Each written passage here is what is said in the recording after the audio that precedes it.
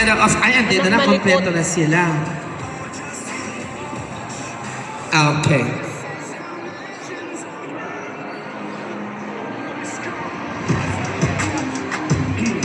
And now, ladies and gentlemen, our fourth placer for Cagayan Valley exclusive is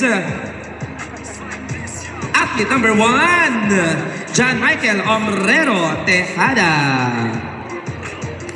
May we request the chairman of the panel to please do the honors of awarding the plaque and the medal and the certificate to our contestant. Sir, Coach Jordan. Si Coach Jordan.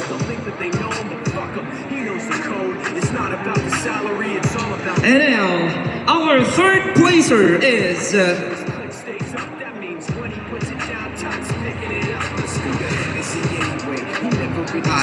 there's a mistake. Dapat po pala ay placer, no? Ang fourth placer po ay si Sir John Michael Omrero Tejada. Fifth place muna tayo. Okay, okay po yan.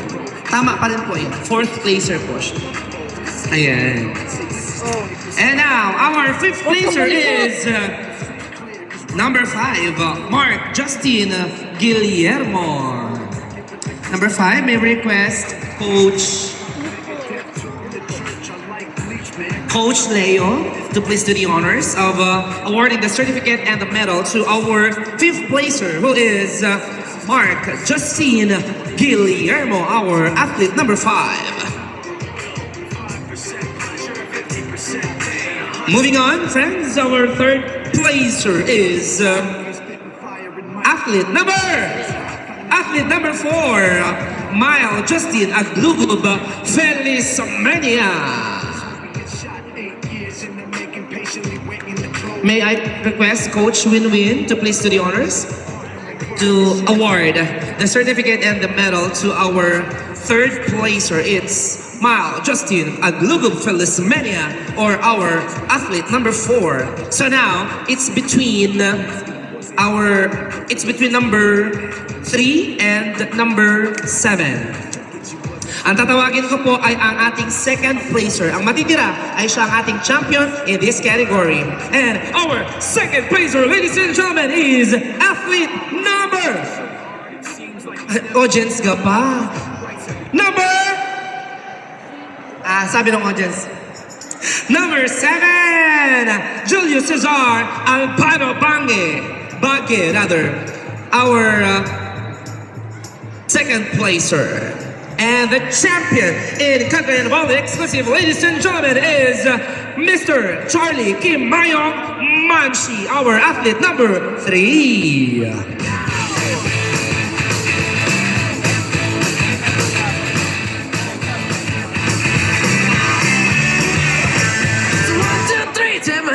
Because you look so fine that Sir Brandon, please do the honors for our champion number 3, Charlie Kim Mayong Manshi, for Cagayan Valley exclusive category.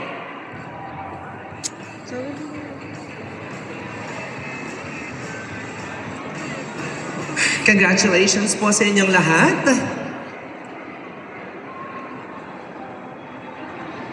Ang sabi po nila, dun sa 2 remaining events natin or categories natin ay kailangan nilang mag-prepare po ulit, no? That's why we are doing the awarding for the first 3 categories na tapos na po natin.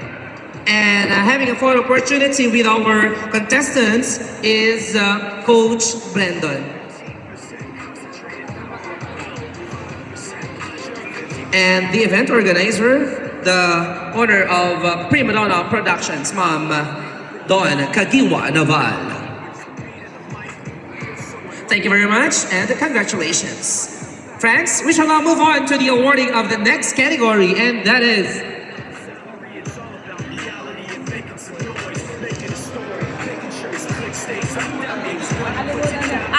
yung athletes natin from Cagayan Valley, pwede pong bumalik.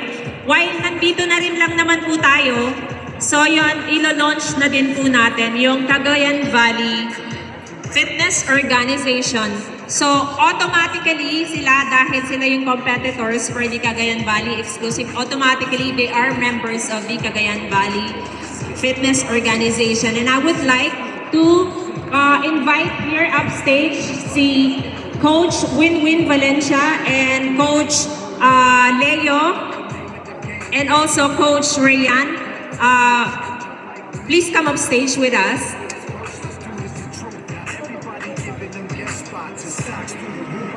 So yan, we are launching Cagayan Valley Fitness Organization formally today because yun nga, ang point po natin kung bakit tayo nagla-launch ng org.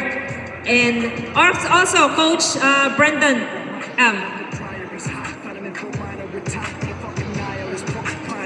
Coach, kasama din ko kayo since from Tuguegarao City. Yeah. So yun, we are formally launching our organization. Coach, sama kayo. And what are we gonna, kung sino man po yung nakikita nyo today, these are the official members of, few members of Cagayan Valley Fitness Organization. And gusto po namin na, ang point po namin, why we establish this organization is to continue building fitness athletes in our region. Hindi lang po tayo dito magsashine sa ating rehiyon, kundi outside din. And of course, with the help of the athletes from outside our region, is we are trying to build the community here in the Lambak ng Cagayan, and we are asking everyone to, if you are into fitness, if you want to be an athlete like them, please join us. Just message our page, Cagayan Valley Fitness Organization. And I want to give the mic to our president. Of course, automatically siya na yung president ng ating organization. And palakpakan po natin, siya po ang dahilan kung bakit tayo merong ganitong klaseng patimpalak for today. Coach, interview na lang. Kung ayaw mo magsalita. Coach, what do you see? Ano yung nakikita mo na pupuntahan ng ating organization in the next few months or years? Ano yung parang goal mo for this? Goal, vision, or mission para sa ating organization? Sa mission is to create mas malaki yung fitness industry dito sa Northern Luzon. Kasi sa Manila and then sa Visayas, then Mindanao part, napakalaki na dyan. So dito sa atin, sa Norte kasi is medyo sa pamuli tayo. Kaya ito, gumawa tayo ng ganito mga event. Actually marami na. So ito yung pinakadulo na ginawa ng Tuguegarao. Hopefully next year or this year, December or basta sana itong plan natin na next, hindi po pwede muna sabihin, pero mayroong next mas big event. Kasi